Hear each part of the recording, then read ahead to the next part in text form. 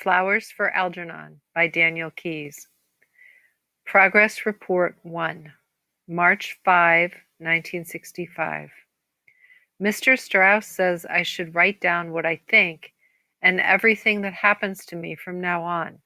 I don't know why, but he says it's important, so they will see if they will use me. I hope they use me. Miss Kinnian says maybe they can make me smart. I want to be smart. My name is Charlie Gordon. I am 37 years old, and 2 weeks ago was my birthday. I have nothing more to write now, so I will close for today.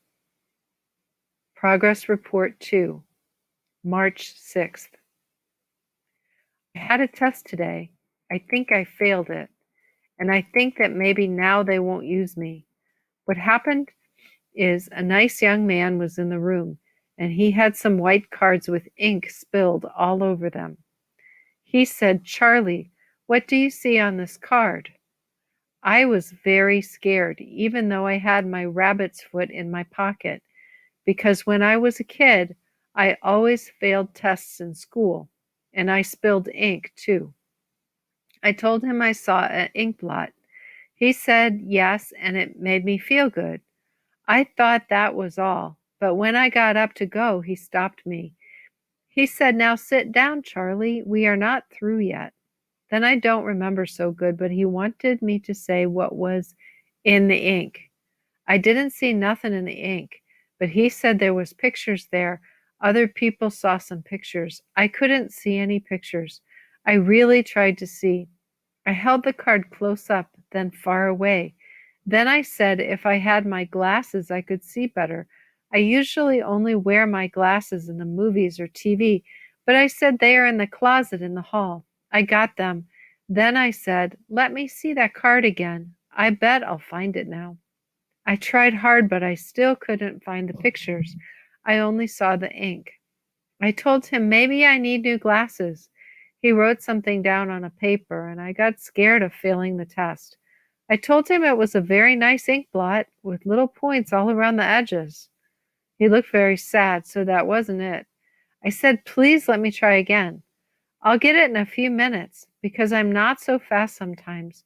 I'm a slow reader, too, in Miss Kinnian's class for slow adults, but I'm trying very hard." He gave me a chance with another card that had two kinds of ink spilled on it, red and blue. He was very nice and talked slow like Miss Kinnian does, and he explained it to me that it was a raw shock. He said people see things in the ink. I said, "Show me where." He said, "Think."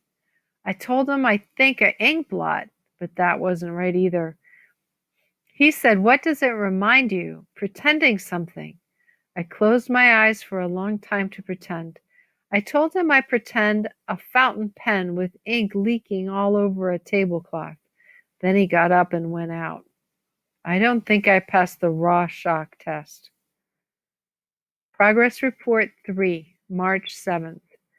Dr. Strauss and Dr. Niemer say it don't matter about the ink blots. I told them I didn't spill the ink on the cards and I couldn't see anything in the ink. They said that maybe they will still use me. I said Miss Kinnian never gave me tests like that one, only spelling and reading. They said Miss Kinnian told that I was her bestest pupil in the adult night school because I tried the hardest and I really wanted to learn.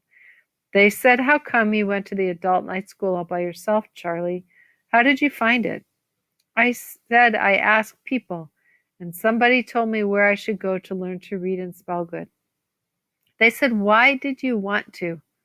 I told them because all my life I wanted to be smart and not dumb. But it's very hard to be smart. They said, it will probably be temporary. I said yes. Miss Kinnian told me, "I don't care if it hurts." Later, I had more crazy tests today. The nice lady who gave it me told me the name and asked her how do you spell it so I can write it in my progress report. Thematic apperception test. I don't know the first two words, but I know what test means. You get to pass it or you get bad marks. This test looked easy because I could see the pictures. Only this time she didn't want me to tell her the pictures. That mixed me up. I said the man yesterday said I should tell him what I saw in the ink. She said, that don't make no difference. She said, make up stories about the people in the pictures. I told her, how can you tell stories about people you never met? I said, why should I make up lies? I never tell lies anymore because I always get caught. She told me this test and the other one, the raw shock, was forgetting personality. I laughed so hard. I said, how can you get that thing from ink blots and photos? She got sore and put her pictures away. I don't care. It was silly. I guess I failed that test too. Later, some men in white coats took me to a different part of the hospital and gave me a game to play. It was like a race with a white mouse. They called the mouse Algernon. Algernon was in a box with a lot of twists and turns, like all kinds of walls, and they gave me a pencil and paper with lines and lots of boxes.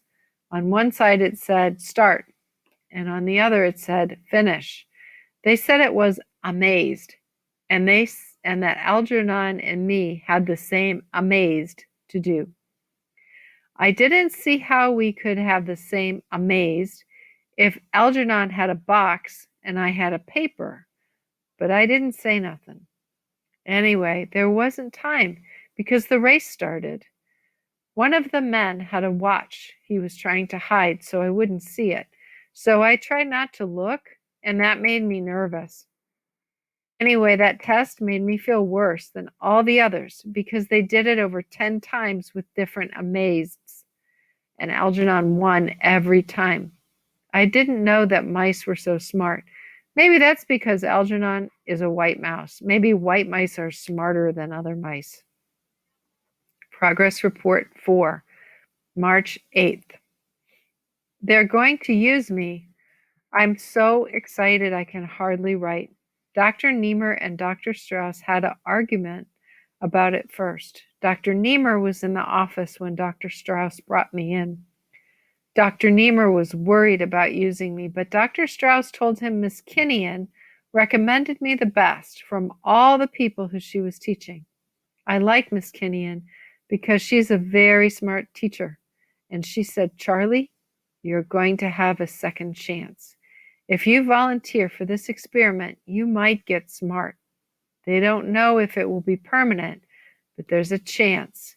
That's why I said, okay, even when I was scared, because she said it was an operation. She said, don't be scared, Charlie. You done so much with so little. I think you deserve it most of all. So I got scared when Dr. Niemer and Dr. Strauss argued about it. Dr. Strauss said I had something that was very good. He said I had good motivation. I never even knew I had that. I felt proud when he said that not everybody with an IQ of 68 had that thing. I don't know what it is or where I got it, but he said Algernon had it too. Algernon's motivation is the cheese they put in his box, but it can't be that because I didn't eat any cheese this week. Then he told Dr. Niemer something I didn't understand. So while they were talking, I wrote down some of the words. He said, Dr. Niemer, I know Charlie is not what you had in mind as the first of your new breed of intellect. Didn't get the word. Superman. But most people of his low meant are host and uncoop, and they usually dull, apt, and hard to reach. He has a good nature. He's interested and eager to please. Dr. Niemer said, remember, he will be the first human being ever to have his intelligence tripled by surgical means. Dr. Strauss said, exactly. Look at how well he's learned to read and write for his low mental age. It's as great an achieve as you and I learning Einstein's theory of vidity without help. That shows the intense motivation. It's comprat, a tremendous achieve. I say we use Charlie. I didn't get all of the words, and they were talking too fast, but it sounded like Dr. Strauss was on my side and like the other one wasn't. Then Dr. Niemer nodded. He said, "All right, maybe you're right. We will use Charlie." When he said that, I got so excited I jumped up and shook his hand for being so good to me. I told him, "Thank you, Doc. You won't be sorry for giving me a second chance." And I mean it like I told him. After the operation, I'm going to try to be smart. I'm going to try awful hard. Progress Report 5, March 10th. I'm scared. Lots of people who work here, and the nurses and the people who gave me the tests, came to bring me candy and wish me luck. I hope I have luck. I got my rabbit's foot and my lucky penny and my horseshoe. Only a black cat crossed me when I was coming to the hospital. Dr. Strauss says, "Don't be superstitious, Charlie. This is science." Anyway, I'm keeping my rabbit's foot with me. I asked Dr. Strauss if I'll beat Algernon in the race after the operation, and he said maybe. If the operation works, I'll show that mouse I can be as smart as he is, maybe smarter. Then I'll be able to read better and spell the words good and know lots of things and be like other people. I want to be smart like other people. If it works permanent, they will make everybody smart all over the world. They didn't give me anything to eat this morning. I don't know what that eating has to do with getting smart. I'm very hungry, and Dr. Niemer took away my box of candy. That Dr. Niemer is a grouch. Dr. Strauss says I can have it back after the operation.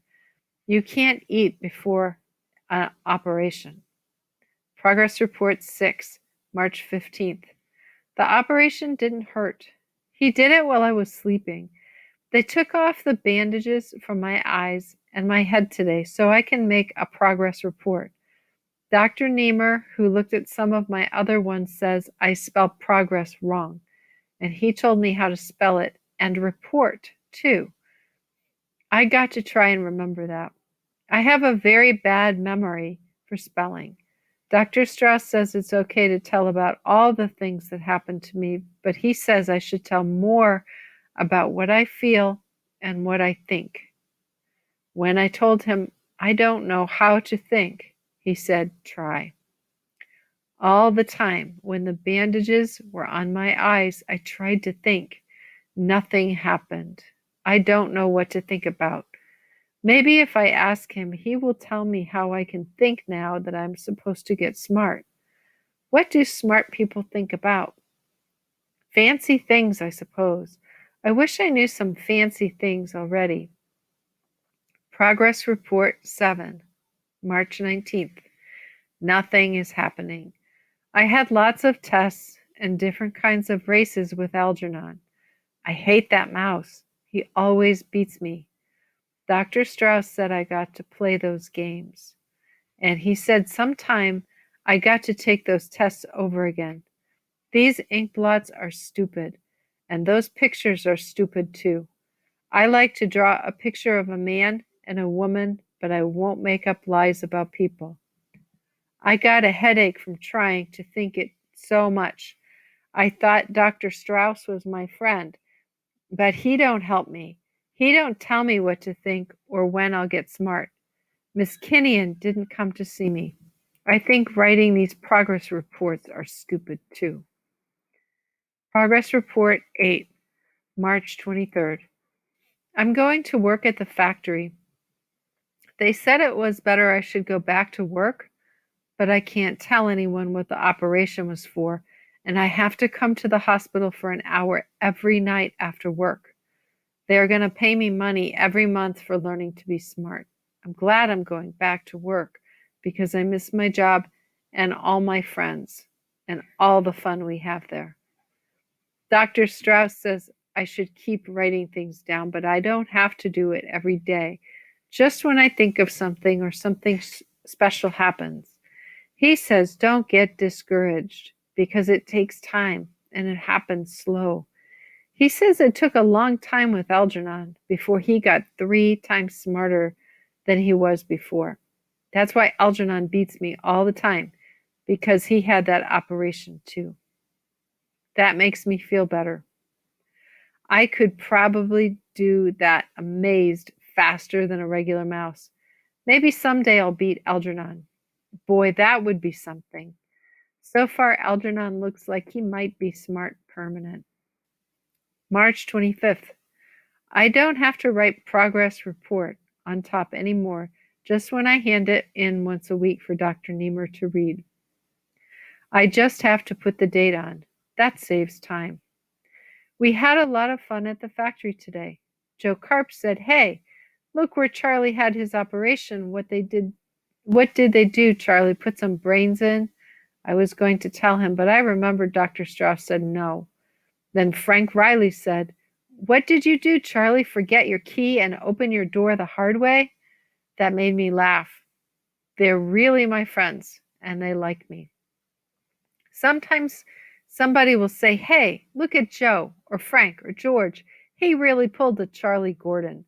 I don't know why they say that, but they always laugh. This morning, Amos Borg, who is the foreman at Donegan's, used my name when he shouted at Ernie, the office boy. Ernie lost a package. He said, "Ernie, for God's sake, what are you trying to be, a Charlie Gordon?" I don't understand why he said that.